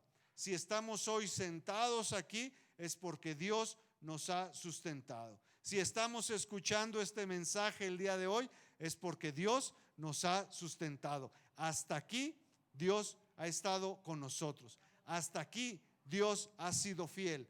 Hasta este día, hasta esta fecha, 1 de noviembre del 2020, Dios ha sido fiel con nosotros. Dice el capítulo 13 y 14 del capítulo 7 que estábamos leyendo. Dice, así fueron sometidos los filisteos y no volvieron más a entrar en el territorio de Israel. Y la mano de Jehová estuvo contra los filisteos todos los días de Samuel. Y fueron restituidas a los hijos de Israel las ciudades que los filisteos habían tomado a los israelitas, desde Ecrón hasta Gat. E Israel libró su territorio de mano de los filisteos, y hubo paz entre Israel y el amorreo. ¿Desde dónde? ¿Qué ciudad recuperó otra vez Israel? Ecrón hasta Gat. ¿Les recuerda qué ciudades vimos hace ratito donde estaban ya los filisteos? Dice que Dios, cuando los filisteos habían pensado que quitando de la presencia de Dios, que era el arca, los filisteos iban a ser victoriosos, iban a ganar, pues resulta que Dios movió las circunstancias, movió todo lo que parecía que estaba en contra de Israel y les dio la victoria. Y dice que fueron restituidas todas las ciudades que los filisteos les habían quitado, todos los territorios que los filisteos les habían arrebatado, Dios las volvió a entregar en sus manos. Todos los negocios tal vez que se habían perdido, todos los puestos de trabajo que alguien había pensado que ya no iban a volver, dice que Dios volvió a abrir puertas nuevamente para reconstruir lo que se había perdido, para traer nuevamente oportunidades, para traer otra vez ese deseo, ese anhelo de buscar a Dios como nuestro proveedor, como nuestra única fuente de provisión. Dice Proverbios 3 del 5 al 6: fíate de Jehová de todo tu corazón y no te apoyes en tu propia prudencia. Reconócelo en todos tus caminos y Él enderezará tus veredas. Eben Ezer. ¿Qué decía Eben Ezer?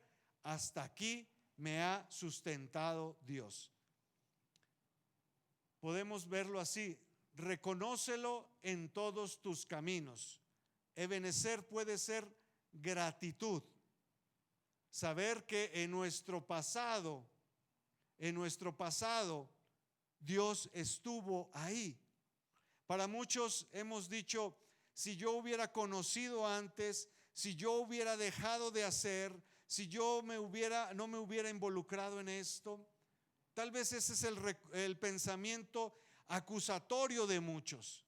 Pero déjeme decirle que Dios está diciendo, aún en esos momentos, aún en esas situaciones, aún en ese oscuro hoyo, aún en esa situación difícil, yo estuve contigo. Dice el libro de Levítico que en aquel día, cuando el pueblo de Dios pecara, dice, Dios ocultará su rostro. Pero dice un salmo, un salmista, dice, pero aún ahí, en lo más oscuro, en lo más profundo, en lo más alejado, dice, Dios estaba con nosotros. Dice Dios, Levítico dice, en aquel día yo voltearé mi rostro, yo quitaré mi rostro del pueblo, pero aún así, en aquel lugar tan oscuro, tan lejano, dice el salmista, Dios estaba ahí. Cuando nosotros vemos que en todos nuestros caminos, buenos o malos, en todas nuestras situaciones, buenas o malas, reconocemos que Dios estuvo ahí, que a pesar de las cosas difíciles, que a pesar de las cosas que fallamos, de las malas decisiones que tomamos, de las malas acciones, Dios estaba ahí, cuidándonos, protegiéndonos. Tal vez era un tiempo en que ni siquiera nosotros podíamos percibirnos que Dios estaba ahí, pero hoy podemos reconocer que estamos aquí, que salimos de todos esos, porque la mano de Dios estaba con nosotros, porque había favor en nosotros, porque muchos que estaban en igual circunstancia hoy ya no están. Entonces, para nosotros ebenecer puede ser gratitud. En aquel tiempo Dios estuvo con nosotros. En aquel tiempo hasta ahí Dios estaba con nosotros. En aquella situación hasta ahí Dios cuidaba de nosotros. Dice, fíate de Jehová de todo tu corazón y no te apoyes en tu propia prudencia. Ebenecer el día de hoy puede ser confianza. Dice, pon tu fe en lo que Dios está diciendo. Claro, prendemos las noticias, claro, vemos las situaciones, claro que hay dificultades, claro que hay problemas económicos, claro que hay problemas de salud, claro que hay problemas familiares, claro que hay situaciones complicadas, claro que estamos viviendo una situación que no habíamos vivido antes, claro que sí. Muchos podemos decir, es la primera vez que estoy en esta condición, es la primera vez que me pasa esto, es la primera vez que estoy viviendo circunstancias tan desfavorables en mi vida. Es cierto, no lo podemos negar. No podemos salir y decir, a nosotros no nos va a llegar, mis finanzas no van a ser tocadas, mi negocio va a prosperar. No podemos decir eso. ¿Por qué? Porque estamos viendo una realidad que no tiene nada que ver con lo que a lo mejor en otro tiempo hablábamos.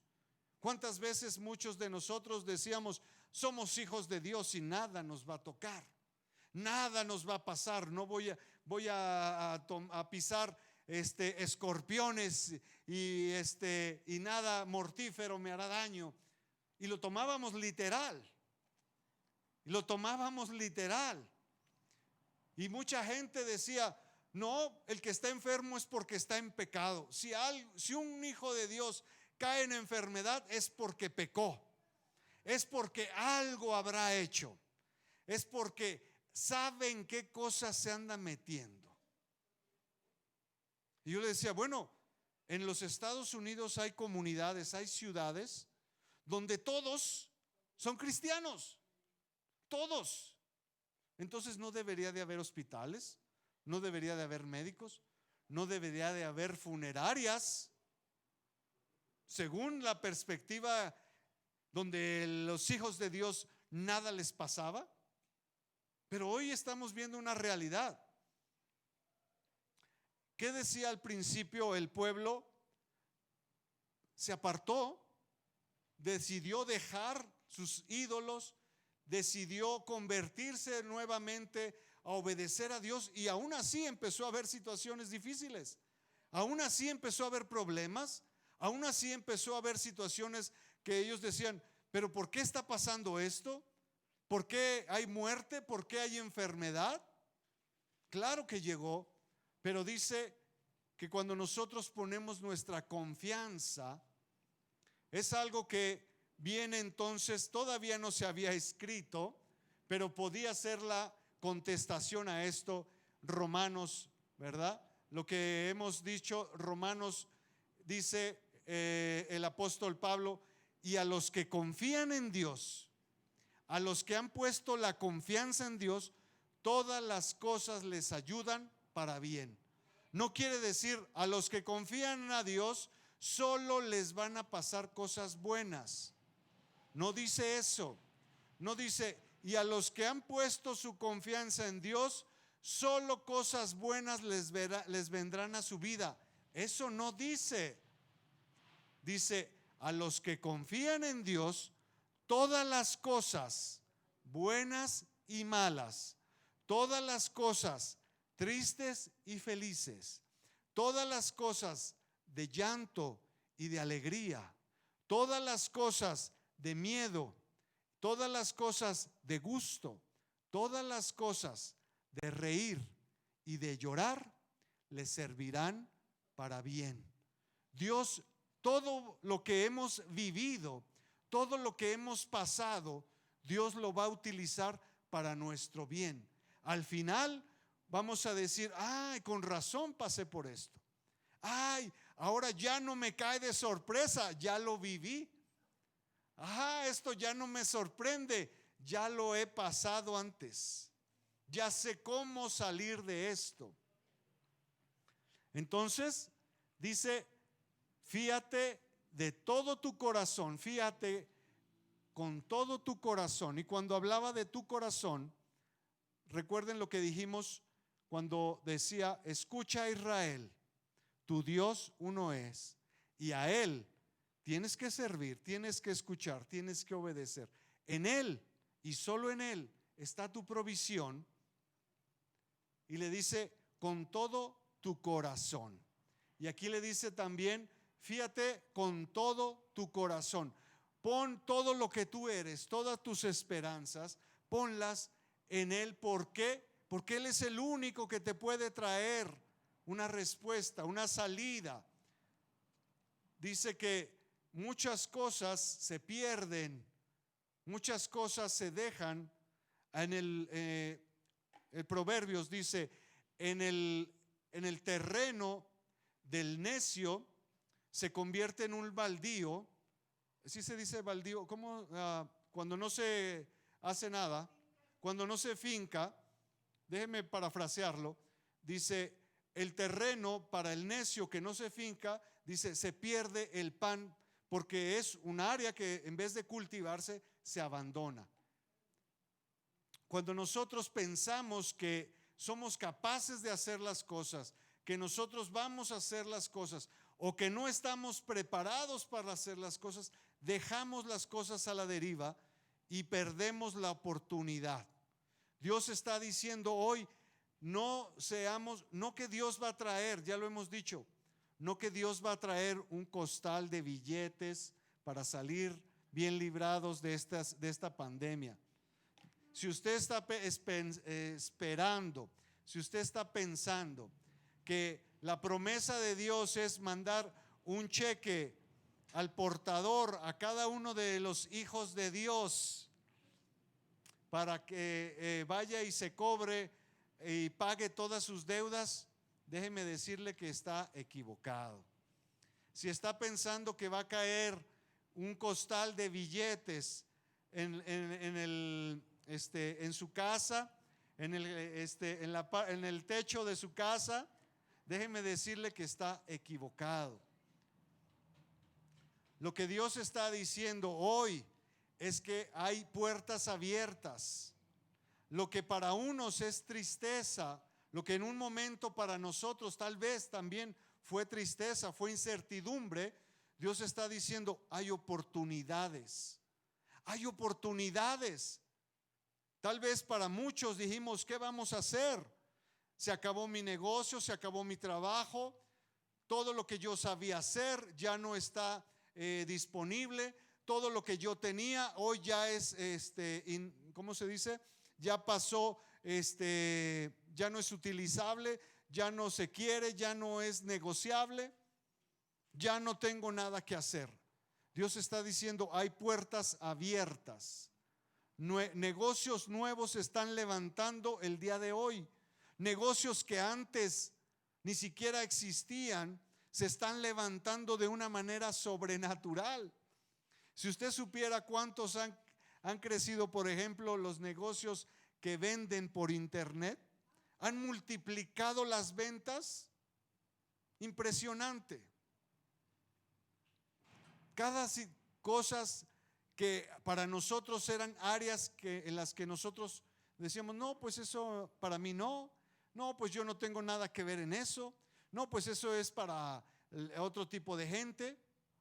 Hoy Dios está diciendo, hay puertas abiertas, negocios que ustedes no se imaginen están disponibles el día de hoy. Dejen de razonar, dejen de pensar como ustedes lo veían antes y pensemos en que Dios está abriendo puertas nuevas. Dios no va a traer billetes, no va a traer cheques. Dios está abriendo puertas y Dios está diciendo, hay una puerta para cada uno de nosotros si sabemos entrar en ella. Pongamos nuestra confianza en Él. Y termina diciendo, Ebenezer, para tu futuro.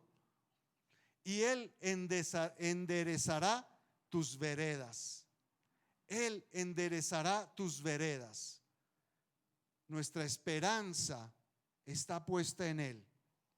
Tal vez muchos habíamos dicho, no, ya no va a haber nada que hacer. Tal vez ya es el momento de cerrar.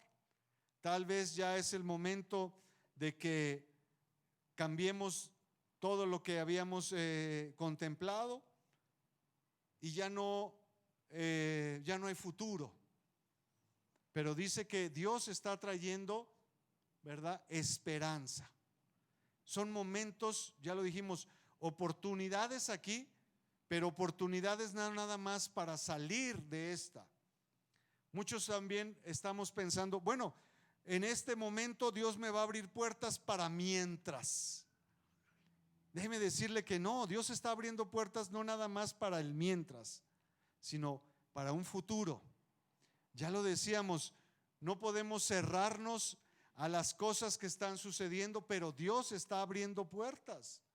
Puertas que tal vez para muchos jamás habían sido inimaginables. Puertas que para muchos habían dicho, no, yo no tengo nada que ver ahí.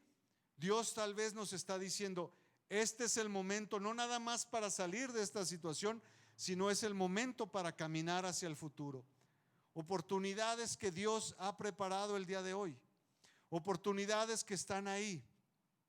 Déjeme decirle algo referente a lo que estábamos hablando ahorita del cheque o de los billetes. De esta pandemia, de esta situación económica, de esta situación de enfermedad, no vamos a salir. No vamos a salir. No vamos a salir. No vamos a cambiar nuestra economía. No vamos a cambiar nuestra condición. No vamos a salir de esto. No vamos a salir. No me ve así. No vamos a salir. Él nos va a sacar. Amén. Solo Él nos puede sacar. No hay manera. ¿Cómo vamos a cambiar esto? Es imposible. Las gentes, los gobernantes, todos los sabios están quebrando la cabeza por sacar esto adelante. No se puede. Si Dios no entra en esto, en nuestras vidas, no vamos a salir. No hay esperanza.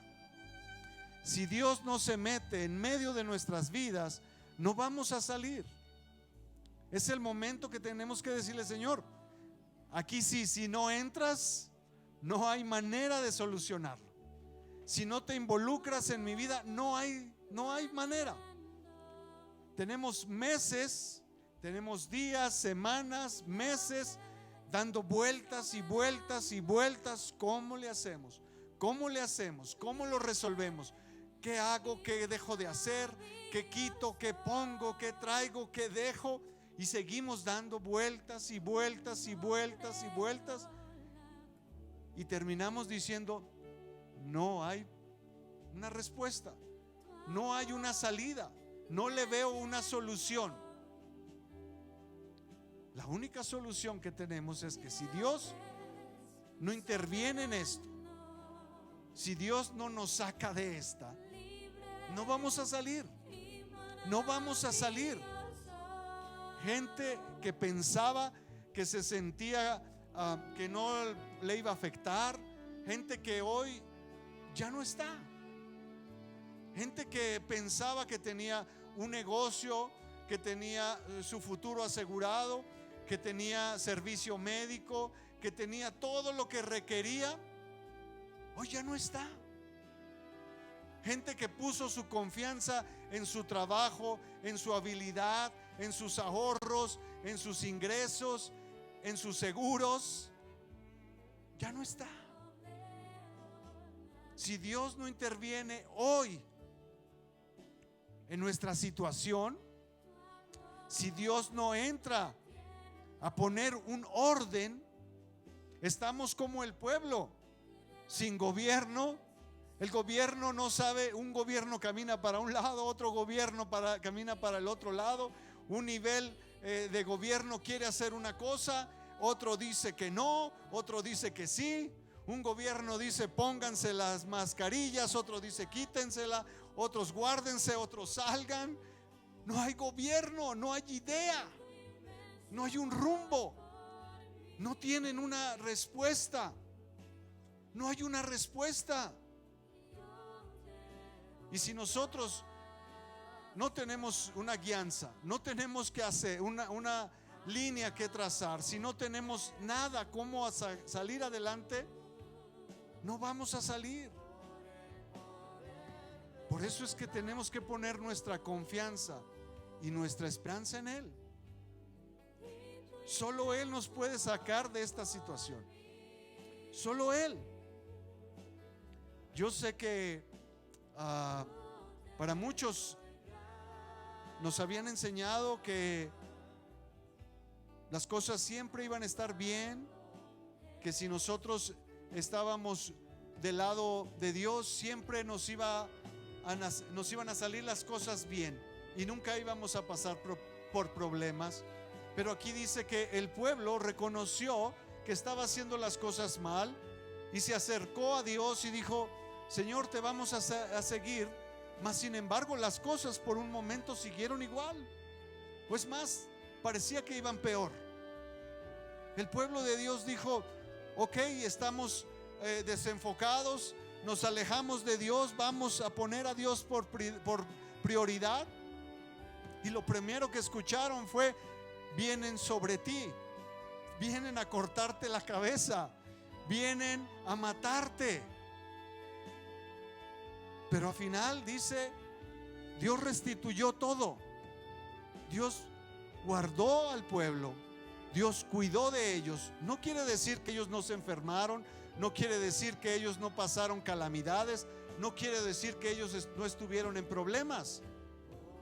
Al final dice: Dios restituyó lo que se había perdido. Tal vez muchos estamos pensando: oh, Dios va a traer otra vez mi trabajo. A lo mejor no. Déjeme decirle, a lo mejor Dios no le va a traer su trabajo que perdió el 12 de marzo. Tal vez no va a regresar su trabajo. Pero ¿sabe qué? Dios va a abrir puertas para un nuevo trabajo. Un nuevo trabajo que no nada más es para el hoy, un nuevo trabajo que es para el futuro también.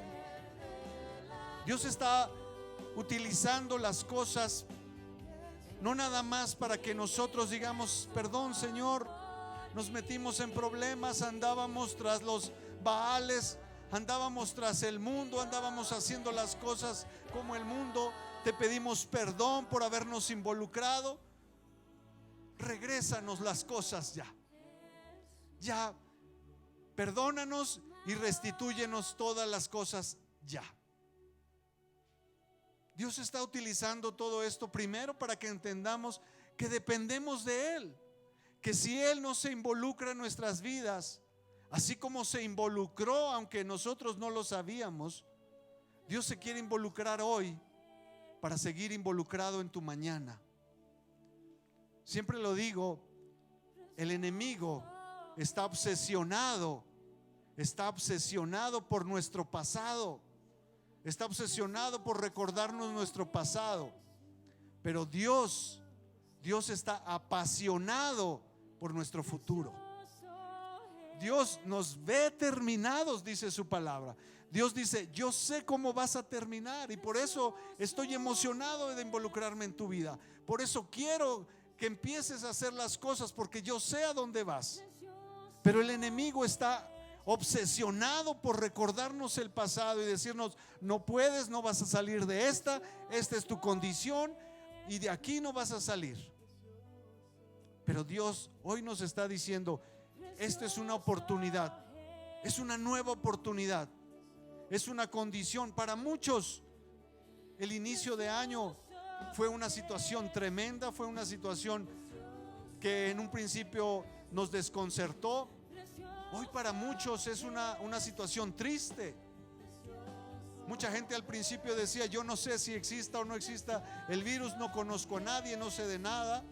Después dijimos: oh, ya está en México, oh, ya está en Aguascalientes, oh, ya está en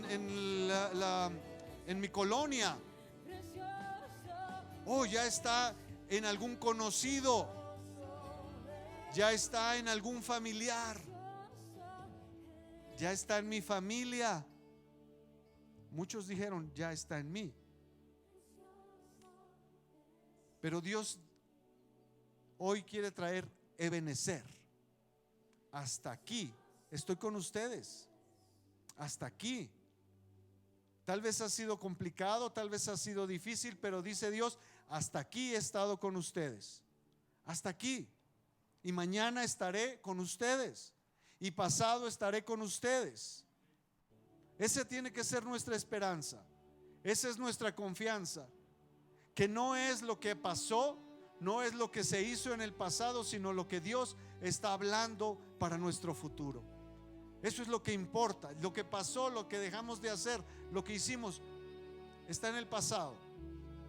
Dios está apasionado en abrir puertas, en traer expectativas nuevas, en traer una nueva visión, en traer una nueva idea, en traer conceptos que van a transformar de aquí hasta adelante, de aquí hasta nuestro futuro. De aquí va a ser una nueva realidad para todos y cada uno de nosotros. Eso es lo que Dios quiere decir: Ebenezer, con ustedes hasta aquí, y mañana hasta aquí, y pasado hasta aquí. Hermanos, vamos a poner, así como el que escuchaba a Dios, Samuel, y dijo: tengo una palabra diferente a lo que están hablando. Dios tiene un mensaje diferente a lo que las noticias están diciendo. No estoy diciendo que las noticias es mentira, no estoy diciendo que lo que las encuestas están avisando es un engaño. Samuel dijo: yo traigo otra noticia, yo traigo otra realidad, yo traigo otra manera de hacer las cosas, yo traigo otra visión, yo traigo otro futuro para cada uno de ustedes. Vamos a pedirle en este momento que Dios nos dé esa nueva visión. Debemos decirle: Señor, queremos seguir confiando en ti. Estamos agradecidos porque tú nos trajiste hasta aquí. Estamos agradecidos porque en todo nuestro recorrido porque en todos estos años, porque en cada momento tú estuviste con nosotros, Señor. Estamos agradecidos por tu favor, estamos agradecidos por tu misericordia. Pero también, Señor, estamos confiados en que tú el día de hoy estás abriendo puertas, estás trayendo un mensaje diferente, estás poniendo en nosotros un nuevo sentir, estás poniendo en nosotros ojos nuevos para ver las cosas, estás poniendo en nosotros una visión nueva de la que nunca habíamos tomado en cuenta, una visión de la que nunca habíamos considerado, un propósito en el cual nosotros nunca nos habíamos visualizado. Pero también, Señor, queremos seguir confiando en ti y poner nuestra esperanza en ti. Señor, si tú no nos sacas de esta situación, si tú no te involucras en nosotros, si tú no estás en medio de nosotros, nosotros no tenemos cómo salir adelante. Señor, tú eres nuestra esperanza, tú eres el camino hacia el futuro, Señor. Tú eres la guía hacia donde tenemos que caminar. Tú eres esa luz que está guiándonos hacia tomar los pasos a seguir. Tú eres la guianza, tú eres nuestro faro, tú eres la roca, tú eres la roca de salvación en la cual nosotros queremos seguir amarrados, seguir asidos a ti, Señor. Si tú no nos sacas de esta, no hay nada que nos saque, Señor. Hemos gastado días y noches, hemos pasado insomnios tratando de salir de esta y no tenemos idea. Necesitamos tu intervención en nuestras vidas, Señor. Si no te involucras tú, si no traes tu presencia a nuestras vidas, si tu espíritu no está guiándonos como ese faro en medio de la oscuridad, nosotros estamos a la deriva, Señor. Estamos perdidos sin tu guianza. Padre, necesitamos de ti. Padre, hoy, en este momento, en este día, queremos renunciar a todos nuestros ideales, a todos los baales que pudimos levantar en nuestras vidas, Señor. Hoy queremos quitarlos de nuestras vidas, queremos renunciar a ellos. Todos esos dioses que habíamos puesto en nuestras vidas, Señor, todas nuestras prioridades, todos los principios que habíamos puesto, principios que nos confiamos, que nos habían puesto como personas creyentes de nosotros mismos, de las personas que nos habíamos confiado en nuestras fuerzas, personas que nos habíamos levantado creyendo que por nuestra capacidad, por nuestro conocimiento, por quien somos íbamos a salir victoriosos. Hoy delante de ti reconocemos que si tú no estás en medio de nosotros, no vamos a salir de esta, Señor. Padre, gracias por traer esta oportunidad. Gracias por abrir puertas donde no las hay. Gracias por romper yugos que nos tenían atados. Gracias por liberarnos de esas cadenas que nos impedían avanzar. Gracias porque has traído hasta aquí tu ayuda y protección. Gracias porque si hemos llegado hasta este momento es por tu gracia y tu favor. Gracias porque hasta aquí nos has ayudado, Señor. Gracias te damos en el nombre de Jesús, en el nombre que lo es todo en todo, el nombre que llena todo en cualquier lugar, el nombre por el cual fue creado todo y para quien fue creado todo, el nombre que ha puesto un antes y un después en la historia, el nombre en el cual se doblarán todas las rodillas, en el nombre del cual dependen todos, en el nombre del cual solo es la única puerta, en el nombre del cual es la única salida, en el nombre del cual es la única respuesta, en el nombre en el cual están todas cubiertas nuestras necesidades, en el nombre el cual va a traer salvación y vida eterna. El nombre que ha puesto, el único nombre que se ha levantado, en el cual podemos ser salvos. El nombre de nuestro Señor Jesucristo, el nombre que es sobre todo nombre, el nombre que es Alfa y Omega, principio y fin, el nombre que gobierna, que ha gobernado y gobernará, el nombre que es la autoridad en el cielo, en la tierra y debajo de ella, el nombre de nuestro Señor Jesucristo.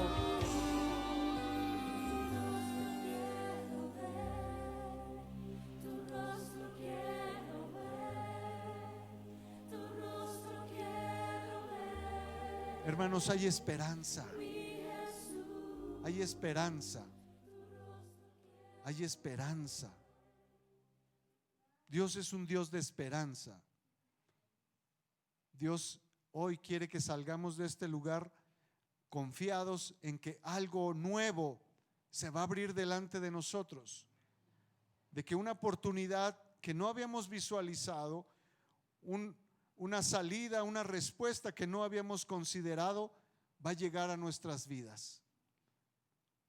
Lo único que necesitamos es seguir confiando en Él, seguir poniendo nuestra confianza en Él y sabiendo que Él al final nos llevará al lugar donde desde un inicio estábamos predeterminados. Amén.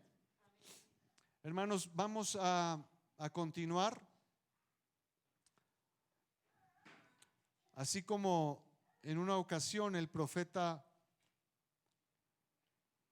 recibió revelación de lo alto y dijo: todo el oro y toda la plata es tuya, Señor. Tú eres el dueño del oro y la plata. Después esas mismas palabras las tomó el rey David y dijo: Señor, pues si todo lo que tengo lo he recibido de ti, yo no he hecho nada para ganarlo, no he hecho nada para que tenga yo este trono, este lugar. Y le dijo: lo que he recibido ha sido de tu mano. Pero el rey David dijo: pero de eso que tú me das, de eso te voy a regresar, en reconocimiento a que todo es tuyo, Señor. No hay nada que esté en mí que yo pueda haber ganado si no haya sido por tu favor y misericordia. El profeta dijo: Él es el dueño del oro y la plata. Y si hemos estado pasando por una situación a veces de carencias, de situaciones de no llegar, de no terminar la quincena, el profeta decía: es porque estamos dejando de intervenir, dejando de poner nuestra confianza en Dios. El profeta les dijo: no están llegando, no están cumpliendo con tener la provisión.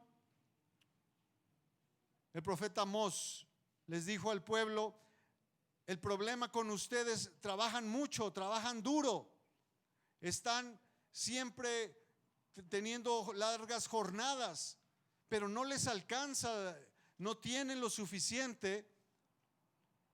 Y entonces el pueblo preguntó: ¿y qué tenemos que hacer? Y en ese momento el pueblo fue instruido y le dijo: necesitas involucrarte, necesitas construir el templo, necesitas estar llevando apoyo, necesitas estar reconstruyendo el templo. No quiero que con esta palabra decirles: necesitan, para que ustedes les vaya bien en su casa, necesitan comprar unas sillas, necesitan. No estoy diciendo esto, no estoy diciendo eso. Estoy diciendo que necesitamos poner nuestra provisión en manos de Dios. Estamos trabajando duro pensando que nuestro trabajo arduo nos va a traer el beneficio. Pensamos que el arduo trabajo, las largas jornadas nos van a beneficiar. Y el profeta Amós dijo: necesitan poner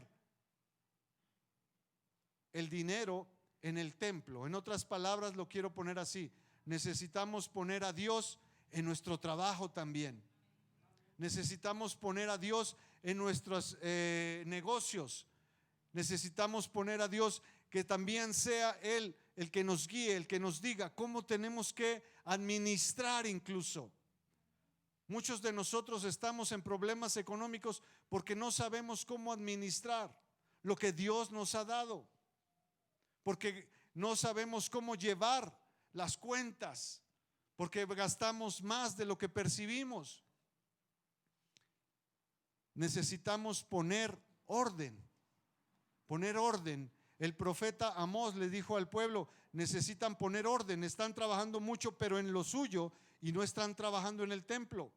Necesitan involucrarse primero en Dios y Dios traerá a su casa. Y muchos estamos trabajando y largas jornadas pensando que nuestro esfuerzo es el que va a llevar a las casas, cuando es Dios el que nos va a abrir puertas para llevar la provisión a nuestras casas. Como le digo, no quiero que lea este libro del profeta Amós y crea que le estoy diciendo que necesita traer su dinero aquí, que necesitamos comprar otra guitarra, otro teclado, más luces. No estoy diciendo eso. No estoy diciendo eso. Estoy diciendo que necesitamos poner a Dios delante de nuestro negocio, delante de nuestro trabajo, delante de nuestra provisión, y que eso va a hacer que no es nuestro esfuerzo, no es nuestras capacidades, no es nuestro arduo trabajo, no las largas jornadas lo que va a traer provisión a nosotros. Amén. Vamos a dar gracias entonces por lo que Dios ha puesto esta semana, por lo que Dios ha abierto caminos, ha abierto esas puertas, nos ha llevado a lugares donde tal vez muchos ni siquiera estábamos considerados, y hoy tenemos esa oportunidad de recibir. Padre, gracias te damos por este momento. Gracias por haber llevado a cada uno de nosotros por lugares donde hoy podemos considerar como una fuente de provisión. Gracias porque favor y misericordia has puesto sobre nosotros para abrir esos caminos, esas fuentes de provisión, esos negocios, esos empleos, para que aún después de tantos recortes en los que ha habido, aún después de tantos despidos que ha sucedido, nosotros podemos seguir en esos áreas de trabajo, nosotros podemos seguir con un puesto, podemos seguir con un negocio, a pesar de tantos negocios que han cerrado, a pesar de tantas fuentes de empleo que se han quitado. Padre, hoy podemos decir que es tu favor y misericordia puesta delante de nosotros que nos sigue abriendo puertas. Gracias te damos por esa oportunidad. Te presentamos nuestras ofrendas, te presentamos lo que traemos aquí, el fruto de nuestro trabajo, para que llegue hasta ti como un olor grato, como un olor fragante a ti, reconociendo como siempre que tú has sido, que tú eres y que tú serás siempre nuestra provisión. Amén y amén. Hermanos, son tiempos nuevos, no son tiempos difíciles, son tiempos nuevos, son tiempos diferentes. Es difícil querer, dice el dicho, es difícil quererle encontrar la cuadratura al círculo. Es muy difícil, es imposible. Es difícil querer acomodar los tiempos en los que estábamos antes a este tiempo. Son nuevos tiempos. Nuevos tiempos requieren nueva visión, nueva idea, nuevos conceptos, nuevas maneras de ver las cosas. Y es la manera en que solo si tenemos esa, ¿cómo lo puedo decir? Si tenemos esos oídos, esos sentidos, así como el profeta Samuel, a escuchar la voz de Dios, podremos saber qué pasos tenemos que tomar. Porque en nuestra inteligencia, en nuestra desesperación, en nuestra motivación personal, podemos cometer muchos errores. Debemos de aprender a ser sensibles a la palabra de Dios. Y si Dios nos dice, muévete, nos movemos. Y si Dios nos dice, siéntate, nos sentamos. Amén. Pero vayámonos entonces con una idea. Son nuevos tiempos, nuevo ciclo, una nueva temporada. ¿Qué traerá esta nueva temporada? No sabemos. Pero sí, lo que podemos asegurar es que si Dios va delante de nosotros, así como el arca iba delante del pueblo de Israel, el triunfo estaba asegurado. Amén. Vámonos entonces, hermanos, con esa idea. ¿Ok? Tiempos nuevos, oportunidades nuevas. Amén. Y si Dios va delante de nosotros, decían en un tiempo se decía, si Dios conmigo, si Dios con nosotros, amén, ¿verdad? Si Dios está con nosotros, no quiere decir que no vamos a pasar problemas, no quiere decir eso, pero vamos a salir victoriosos. Esa es la diferencia. Amén. Hermanos, pongámonos de pie. No sé si tenemos anuncios, nada, ok. Pongámonos de pie para despedirnos. Y vámonos, nuevamente quiero seguir insistiendo en esto. Son tiempos nuevos y necesitamos una visión nueva. Necesitamos nuevos ojos. Y no refiero a sacármeles y ponerlo. Necesitamos una visión nueva de cómo actuar ahora. Porque Dios tiene planes tremendos, tremendos para cada uno de nosotros. Padre, gracias te damos por esta oportunidad y te pedimos que a partir de este día, todos y cada uno de los que estemos aquí, Señor, podamos percibir esa nueva visión, podamos recibir lo que tú estás hablando el día de hoy. Padre, bendice a cada uno de los que estamos aquí con una visión nueva, con unos sentidos nuevos, unos sentidos espirituales nuevos, que podamos percibir tu palabra el día de hoy. Padre, queremos salir de este lugar con una visión nueva de lo que va a suceder a partir del día de hoy. Padre, queremos que tu Ebenezer vaya delante de nosotros donde estemos, en cada lugar. Padre, queremos salir de este lugar transformados por ti. Hermanos, que Dios los bendiga, que Dios traiga esa visión nueva, diferente a todos y cada uno de nosotros. Que Dios resplandezca sobre cada uno de ustedes con esa puerta que va a abrir por esos caminos. Que Dios abra puertas en sus vidas. Que Dios haga que lugares cerrados se abran para sus vidas. Que negocios, conceptos que no estaban en sus proyectos se abran para todos y cada uno de ustedes. Que Dios esté sobre ustedes, que la misericordia de Dios, que el bien y la misericordia los sigan en cada lugar, en cada momento donde ustedes están. Hermanos, que Dios los bendiga, que Dios los guarde y como siempre decimos, coman rico.